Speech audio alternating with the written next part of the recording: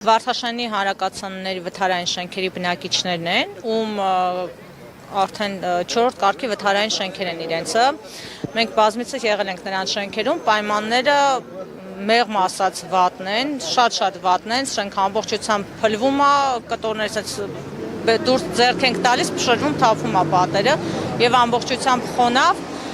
23 թվականի ընտրությունների ժամանակ ուրեմն այս իշխանության ներկայացուցիչները բնակիչներին խոստացել են, որ ամենաշատը 1.5 տարվա ընթացքում պետքա տեղափոխվեն բնակիչների նոր բնակարաններ, բայց արդեն համարյա հեսա 2 տարի է լինում, բնակիչները չեն տեղափոխվել եւ այս ընթացքում մենք էլ նրանց հետ բազմիցս դիմել ենք կառավարություն եւ քաղաքապետարան, որ ինչ որ մի շարժ լինի, անընդհատ ձգձգում են, ինչ-որ տարբեր պատճառներով ձգձգում են այս մարդկանց հարցը, այսօր էլ առավոտվանից քաղաքացիները, բնակիչները եկել են կառավարության շենք,